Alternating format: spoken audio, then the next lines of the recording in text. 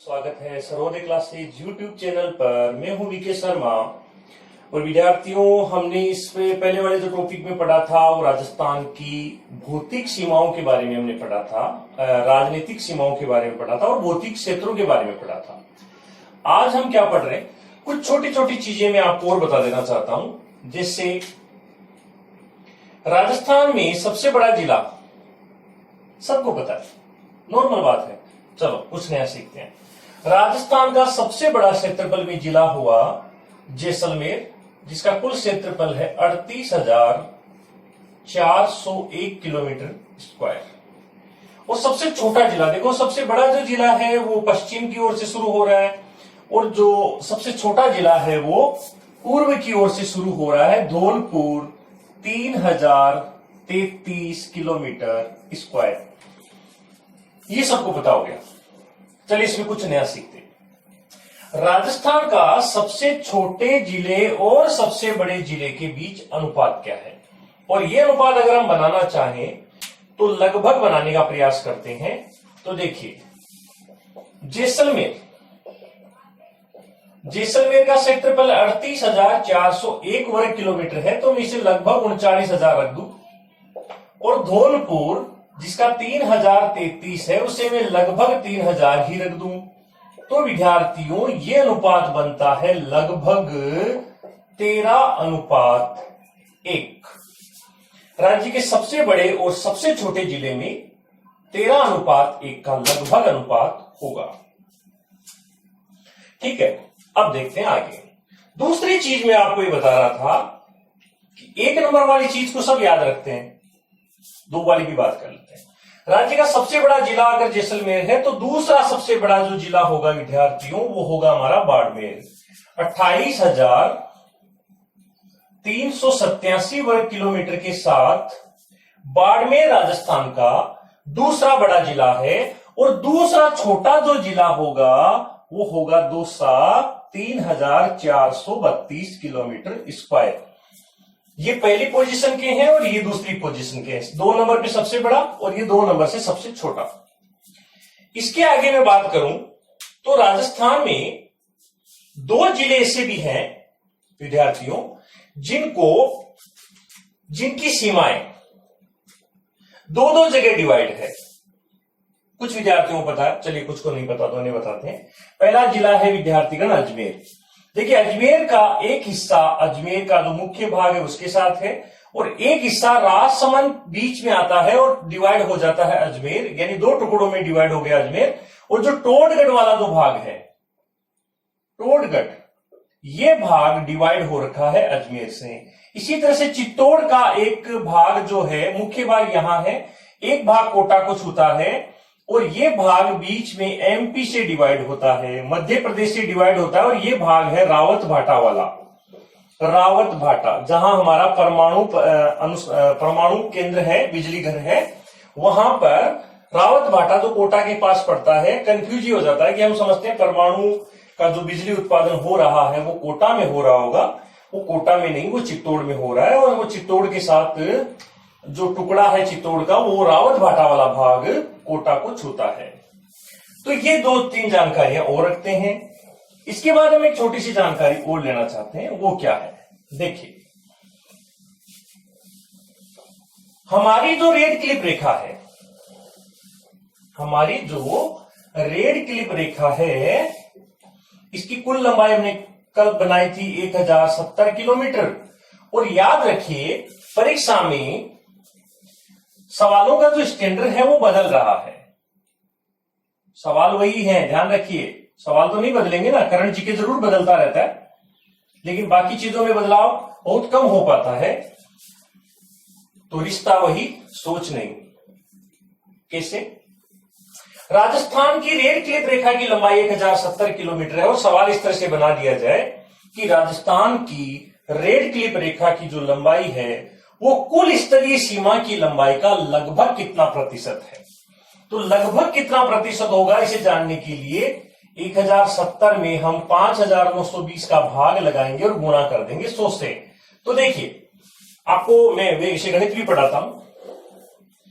मेरी क्लास में ज्यादातर विद्यार्थी मुझसे मैथ पढ़ने आते हैं, और मेरा इसके विचार भी है कि फेसबुक पेज लाइव पे हम 1 घंटा मैथ पढ़ें, तो हो सकता है जल्द ही वो क्लास हम शुरू कर देंगे। तो देखिए 1070 किलोमीटर को मैं लगभग रख दूं विद्यार्थियों 1080। ऐसा मैं क्यों कर रहा हूं, ताकि आसानी से हमारा उत्तर मिल जाए। 5920 में थोड़ा सा बढ़ा दूं, इसको मैं कर दूं 6000। तो ऐसा करने से मुझे क्या फायदा मिला, देखिए लगभग मेरा उत्तर आ रहा है।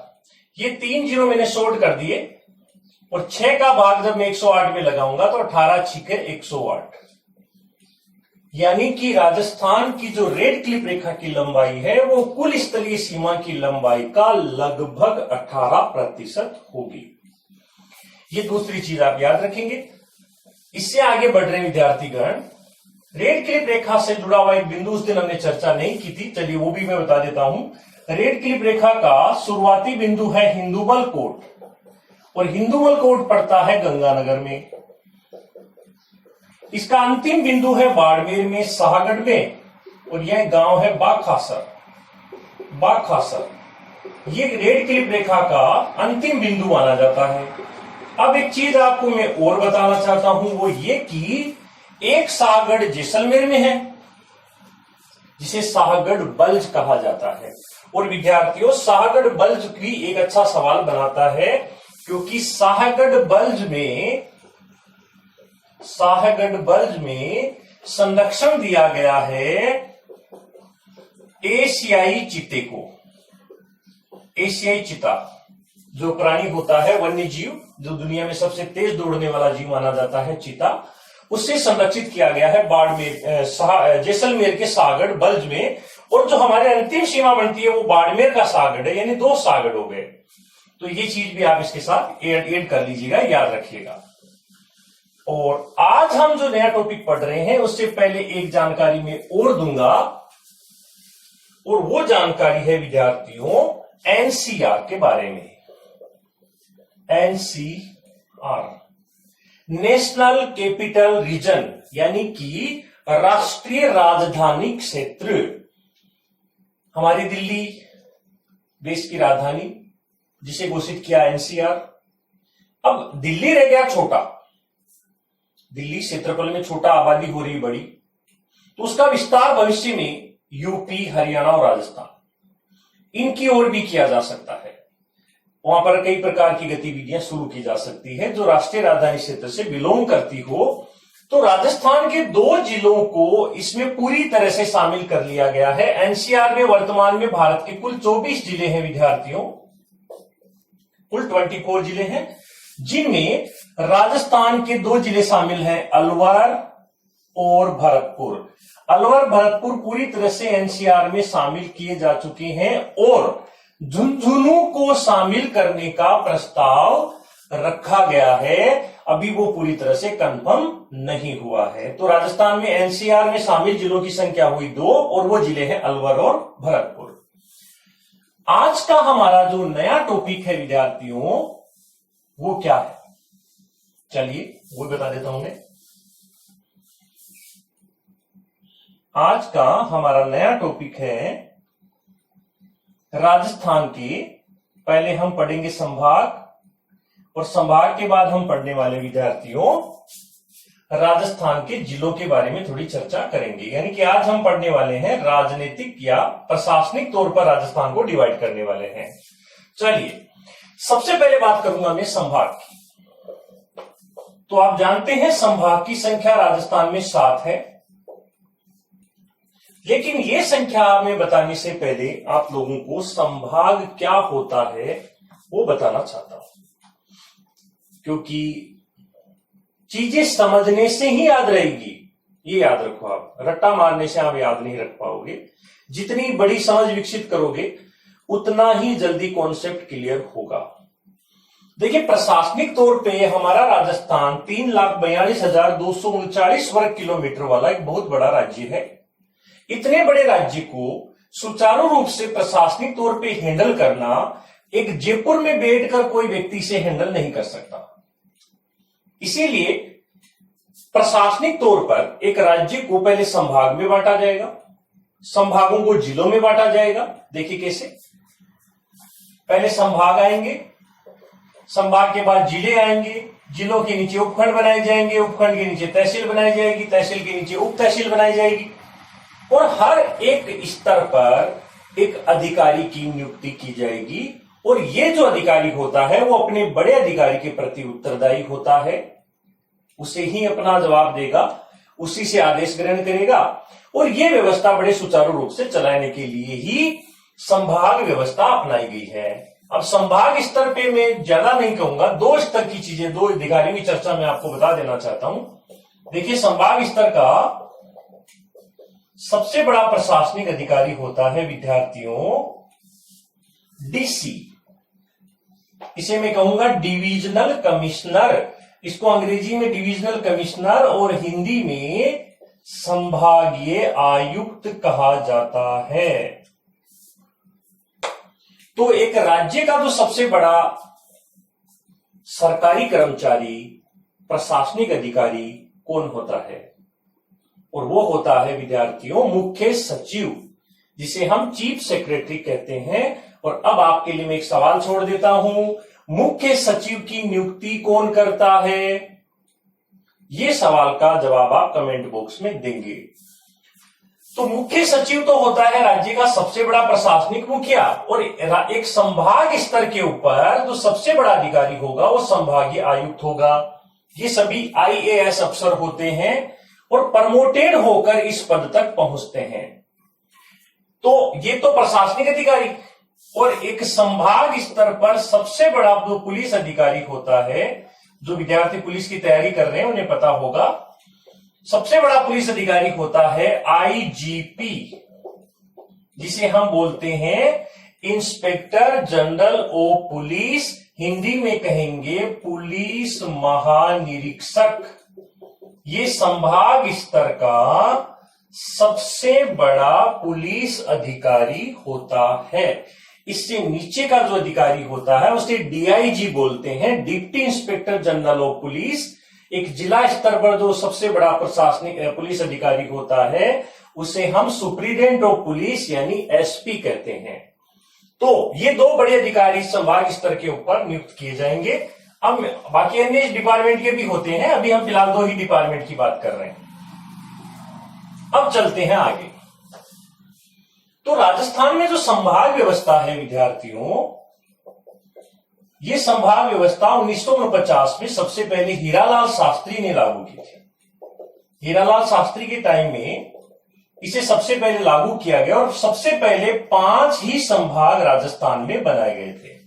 1949 में व्यवस्था प्रारंभ होती है और 5 संभाग सबसे पहले बनाए जाते हैं। लेकिन याद रखेंगे 1949 में अजमेर राजस्थान का भाग नहीं था।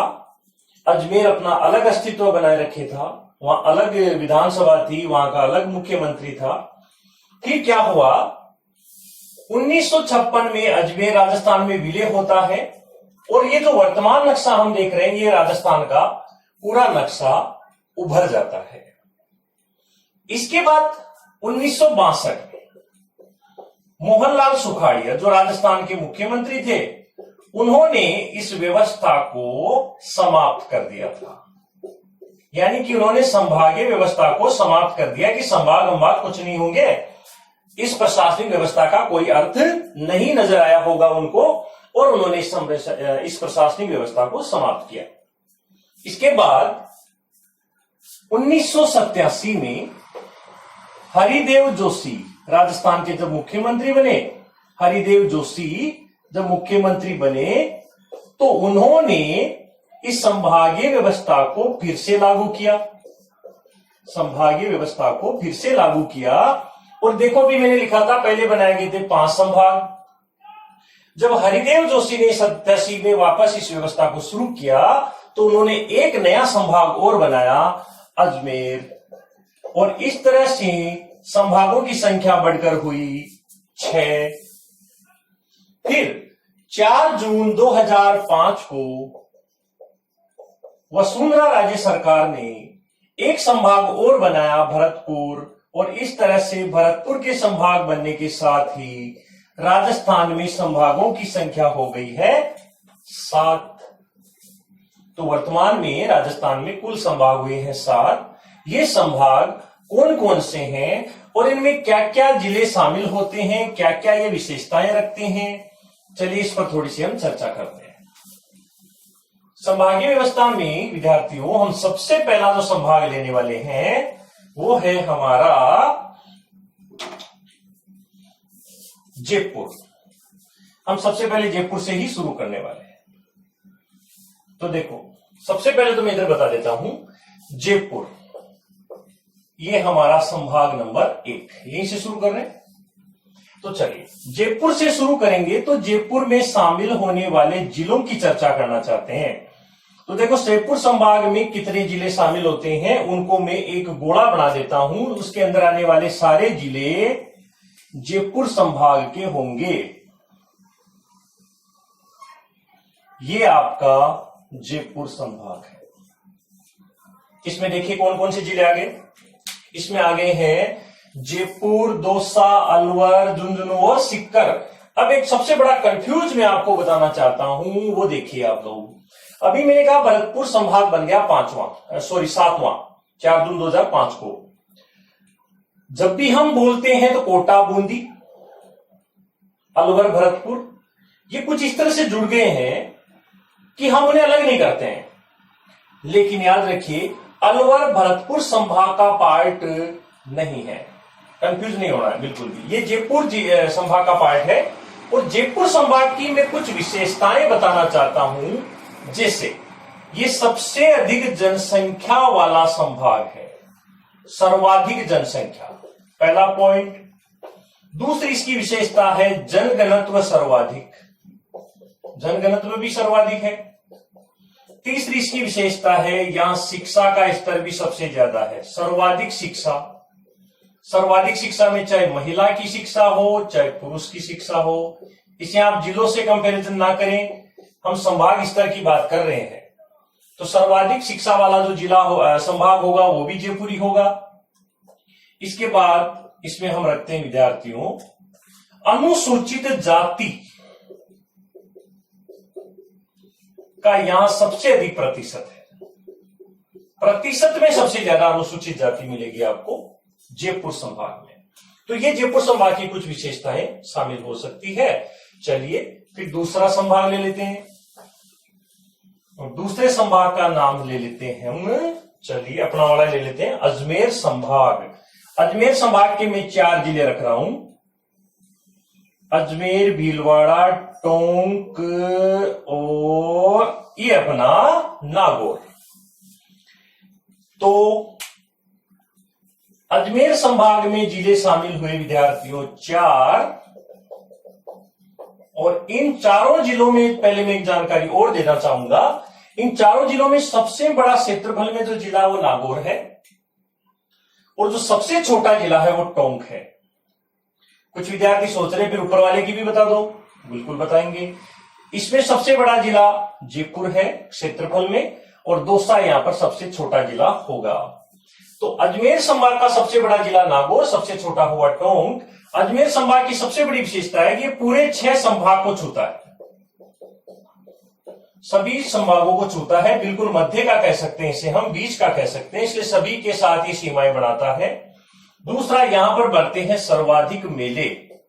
सर्वाधिक मेले देखो, चाहे वो पशुओं के हो चाहे अन्य हो, यहां पर मेलों का खूब सारा आयोजन होता है अजमेर संभाग में। इसके बाद में लेता हूं तीसरा संभाग। तीसरा संभाग ले लेते हैं विद्यार्थियों जोधपुर। तो जोधपुर के लिए तो बड़ी सीमा बनानी पड़ेगी। जोधपुर, चलिए चलिए चलिए चलिए यहां आ जाते हैं, यहां तक। जोधपुर, जैसलमेर, बाड़मेर, पाली, जालौर, सिरोही। देखो सबसे पहली बात तो यह जिले भी 6 हैं और जिलों का आकार भी बड़ा है। तो जिले भी ज्यादा, आकार भी बड़ा। तो भैया ये हुआ कि जोधपुर जो जिला हुआ, संभाग हुआ, इसकी सबसे बड़ी विशेषता होगी कि ये सबसे बड़ा संभाग है क्षेत्रफल में। सबसे बड़ा संभाग किसमें? क्षेत्रफल में। और आबादी में जयपुर। इस संभाग का सबसे बड़ा जिला है जैसलमेर और सबसे छोटा जिला है सिरोही। इस संभाग में न्यूनतम जनघनत्व पाया जाता है। न्यूनतम जनघनत्व पाया जाता है, न्यूनतम ही शिक्षा पाई जाती है। ये राजस्थान का पश्चिम का एक संभाग है, पश्चिम का संभाग है, और इसकी जो विशेषताएं हैं वो शुष्क जलवायु वाली विशेषताएं ये रखता है। तो ये हमारा जोधपुर संभाग, इसकी मुख्य मुख्य बातें, और भी बातें बहुत सारी हो सकती है, हम मुख्य बातों पर ही बात कर रहे हैं। जोधपुर संभाग के बाद अगला संभाग ले लेते हैं विद्यार्थियों। ये तो अपना जोधपुर हो गया, और जोधपुर के बाद चलते हैं, चलो फिर नीचे वाला ले लेते हैं। ये नीचे वाला संभाग देखिए आप, 1 2 3 4 5 6, ये पूरा का पूरा दक्षिण का जो संभाग है, ये पूरा जो दक्षिण वाला संभाग है, इसका नाम है उदयपुर संभाग। उदयपुर संभाग में भी जिले तो 6 आ रहे हैं, लेकिन याद रखिए ये जिलों का आकार छोटा है, ये जोधपुर के मुकाबले छोटा होगा, भले इसमें भी 6 जिले शामिल हो रहे हो। तो उदयपुर संभाग की मैं विशेषता अगर रखना चाहूं तो उदयपुर में सबसे जो बड़ा जिला होगा वो उदयपुर ही होगा, और जो सबसे छोटा जिला होगा वो डूंगरपुर होगा। सबसे बड़ा, सबसे छोटा डूंगरपुर, सबसे बड़ा उदयपुर। इसकी विशेषता क्या है कि इसमें भी 6 जिले आ रहे हैं। 6 जिलों के अलावा यहां की अगर दूसरी बात करें तो ये जनजाति बाहुल्य संभाग है, यहां जनजातियों का एक बहुत बड़ी आबादी रहती है। इसके अलावा यहां पर सर्वाधिक लिंगानुपात पाया जाता है। लिंगानुपात कितना है राजस्थान का, बताएंगे आप मुझे? राजस्थान का लिंगानुपात कितना है, कमेंट बॉक्स में बताइए। तो राजस्थान में सर्वाधिक लिंगानुपात मिलेगा उदयपुर में। यहां पर मिलेगी विद्यार्थियों आपको सर्वाधिक झीलें। देख लो, उदयपुर झीलों की नगरी, तो सर्वाधिक झीलों वाला संभाग बन जाएगा अपना उदयपुर। ये कुछ विशेषताएं इसकी हम रख सकते हैं। इससे आगे ले लेते हैं, इसमें एक चीज और कर सकते हैं, वो भी है कि ये जो जिला अपना है संभाग, इसमें अगर और विशेषता रखना चाहेंगे तो देखो, जनजातियां आ गई, लिंगानुपात आ गया, चलो छोड़ो और देखते हैं बाद में। उदयपुर संभाग के बाद ले लेता हूं मैं कोटा संभाग। कोटा संभाग में जिले शामिल कर लेते हैं 4। कोटा संभाग, ये आता जो कोटा, ठीक। तो कोटा संभाग का सबसे पहले बता दूं, बड़ा जो जिला है क्षेत्रफल में वो 12 1 नंबर पे है, और सबसे छोटा जिला कोटा है। तो कोटा संभाग की विशेषता अगर हम रखते हैं विद्यार्थियों, तो सबसे पहले याद रखो कि ये जनसंख्या में सबसे कम है, जनसंख्या में सबसे कम। दूसरा, सर्वाधिक नदियों वाला संभाग, सर्वाधिक नदियों वाला संभाग। इसके साथ आप रख सकते हो आर्द्र और सर्वाधिक वर्षा वाला संभाग, क्योंकि इसमें झालावाड़ आ गया, और जहां वर्षा अधिक होगी वहां आर्द्रता भी अधिक होगी। ये राजस्थान का दक्षिण पूर्वी इलाके का संभाग है, राजस्थान का दक्षिण पूर्वी क्षेत्र का ये संभाग है जो मध्य प्रदेश को छूता है, ठीक है। कोटा के संभाग के बाद अगला संभाग रख रहे हैं, और ये संभाग देखो कौन सा बचा, ये बताओ आप। तो 2 बच गए, तो चलिए पहले ले लेते हैं बीकानेर से। बीकानेर वाया चूरू, और ये राउंड लगा दिया हमने पूरा। तो चलिए बीकानेर संभाग की मैं थोड़ी चर्चा करूं तो बीकानेर संभाग का सबसे बड़ा जिला खुद बीकानेर, और सबसे छोटा जिला गंगानगर। बीकानेर संभाग में पाई जाती विद्यार्थियों सर्वाधिक अनुसूचित जाति, यहां संख्या में अधिक है। आपको पता होना चाहिए गंगानगर राजस्थान में अनुसूचित जातियों में सबसे अधिक संख्या रखने वाला जिला है, ये पता होना चाहिए। तो अनुसूचित जाति का प्रतिशत जयपुर में है, लेकिन संख्या जो है वो यहां है।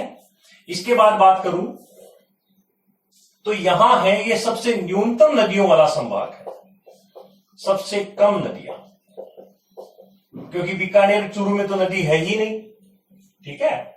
तो यहां की अगर जलवायु रखेंगे तो वो भी शुष्क होगी, लेकिन यहां पर इसे हम कह सकते हैं नहरों वाला संभाग। देखो गंगानगर आ गया, हनुमानगढ़ आ गया, तो नहरों का यहाँ विकास है, जलवायु भले शुष्क है लेकिन पानी की कोई कमी नहीं है। ठीक है। बीकानेर संभाग के बाद अगला जो हमारा सबसे लास्ट का संभाग हम रख रहे हैं वो है विद्यार्थीगण भरतपुर। और भरतपुर के संभाग के देखो सभी जिले छूटे हुए पड़े आपके लिए, ये रहे साफ साफ देखो, भरतपुर, धौलपुर, करौली और सवाई माधोपुर। अगर इनमें सबसे बड़े मैं बात करता हूं जिले की क्षेत्रफल में, तो सबसे बड़ा करौली होगा और इनमें सबसे छोटा होगा धौलपुर। तो इस संभाग की बात करें भरतपुर की, तो भरतपुर संभाग में सबसे पहले तो ये क्षेत्रफल में सबसे छोटा है, क्षेत्रफल में सबसे छोटा।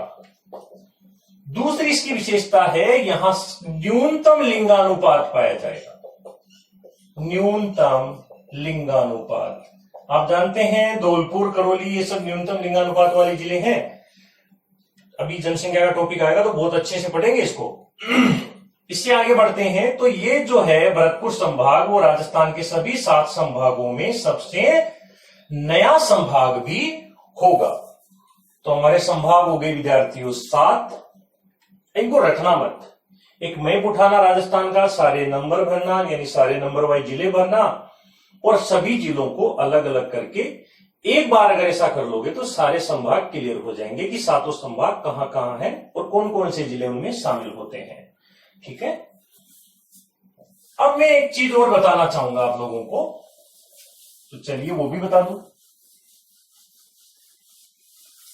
ये अपना मैप हो गया साफ। देखिए एक और बनाते हैं हम एक टॉपिक, वो है हमारे राजस्थान के जिले, डिस्ट्रिक्ट ऑफ राजस्थान। तो राजस्थान में वर्तमान में 33 जिले हैं। ये तो छोटे से छोटे तीसरी क्लास का बच्चा भी इस बात को जानता है कि राजस्थान में 33 जिले हैं। इनका निर्माण कब हुआ, कहां से हुआ, उनके बारे में थोड़ी हम चर्चा करना चाहते हैं। तो देखिए जब राजस्थान का एकीकरण कंप्लीट हुआ था 25 जिले थे। 1 नवंबर 1956 को अजमेर बनता है राजस्थान का कौन सा जिला, 26वां जिला। तो राजस्थान का 26वां जिला अजमेर हुआ। अब आप पूछोगे अजमेर का गठन कहां से किया गया, तो अजमेर का गठन कहीं से नहीं किया गया, क्योंकि अजमेर जो था वो एक चीफ कमिश्नर प्रदेश था और उसका एक अस्तित्व बना रहा 1956 तक। उसका विलय हुआ और उसे एक जिले का दर्जा दिया गया। इसके बाद आता है 15 अप्रैल 1982 को एक फिर से जिला बनता है जिसका क्रम संख्या होगी 27वां, और यह जिला है धौलपुर।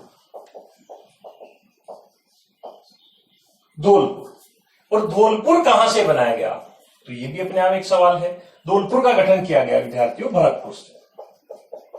ये भरतपुर से डिवाइड करके बनाया गया है। ये राजस्थान का 27वां जिला। इसके बाद रखते हैं क्रम से 28वां, 29वां और 30वां। ये 3 जिले एक साथ गठित हुए हैं 10 अप्रैल 1991 को। तीनों एक साथ आएंगे इसलिए तारीख तीनों की इक्वल होगी, लेकिन इनकी क्रम संख्या को जब हम रखेंगे तो इन्हें अल्फाबेट के आधार पे रखना पड़ेगा। ये है कौन कौन से, 2-12 यानी 2-12 राजसमंद, लेकिन अल्फाबेट से जमाएंगे तो 12-2 राजसमंद।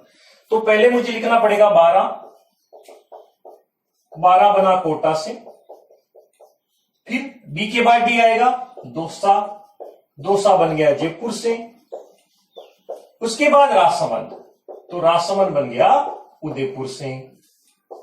तो इस तरह से जिलों की संख्या बढ़कर हो गई है 30। फिर विद्यार्थियों 31वां जिला, 31वां जिला बना 12 जुलाई 1994 को, और ये जो जिला बना ये करौली बना। और करौली जो डिवाइड हुआ वो सवाई माधोपुर से डिवाइड किया गया, सवाई माधोपुर से डिवाइड होकर करौली का गठन किया गया और ये जिला बना राजस्थान का 31वां। इसके बाद बना 32वां जिला। कुछ गलती हो गई, सॉरी विद्यार्थियों, 31वां जिला लिख रहे हैं हम, करौली नहीं आएगा, हनुमानगढ़। हनुमानगढ़ जो बना गंगानगर से।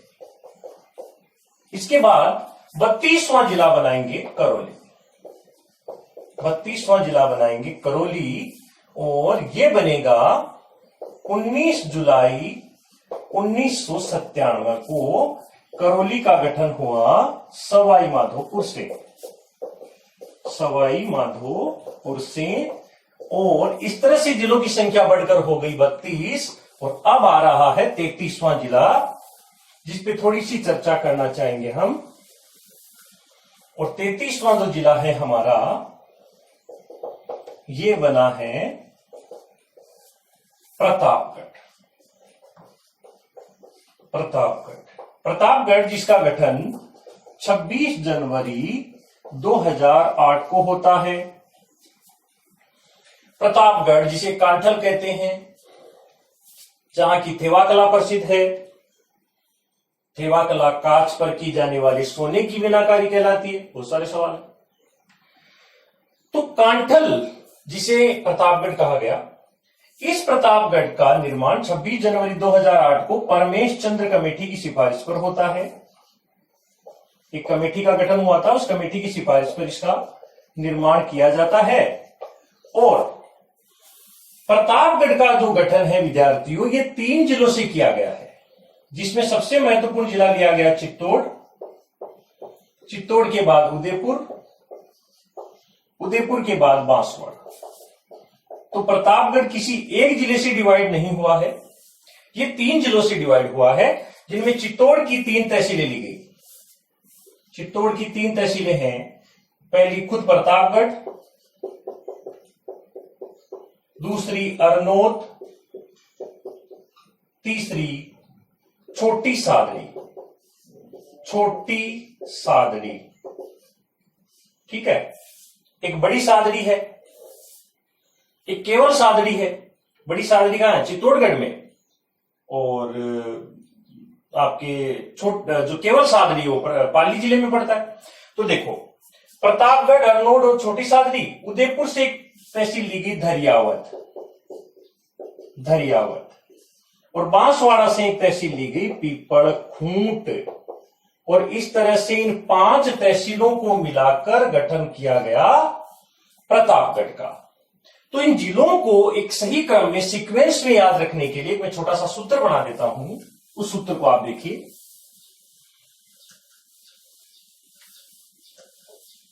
चलिए देखिए।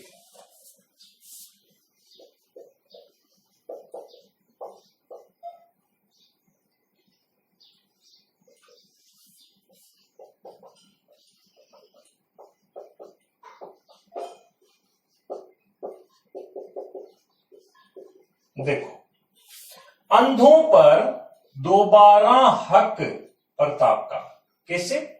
पहले ऐसे बन जाएगा आपका अजमेर, जो आपका ये सीक्वेंस में जा रहा है 26 से लेकर 33 तक। 2 से बन जाएगा धौलपुर, इस पर को अब केवल साइलेंट रखेंगे। 2 से बन जाएगा दौसा, 12 राजसमंद। है बन जाएगा हनुमानगढ़,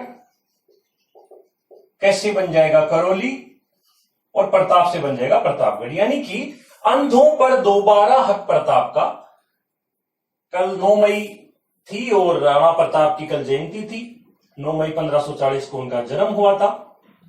कौन से किले में हुआ था? कुंभलगढ़ के किले में। तो प्रताप जो कि गौरव के प्रतीक माने जाते हैं, स्वाभिमान के प्रतीक माने जाते हैं, जिनके लिए कहा गया, एक रचना है पाथल पीथल में, हूं भूख मरू हूं प्यास मरू, मेवाड़ धरा आजाद रहे, हूं घोर उजाड़ा में भटकूं पर मन में मारी याद रहे। तो उन्होंने बहुत लंबा संघर्ष किया था स्वाभिमान के लिए, और स्वाभिमान की वजह से ही वो जाने जाते हैं। तो ये था हमारे आज का मीटर। तो विद्यार्थियों, इसमें कोई दिक्कत लगे तो आप मुझे सवाल कर सकते हैं। कल हम कुछ और नया पढ़ेंगे। धन्यवाद।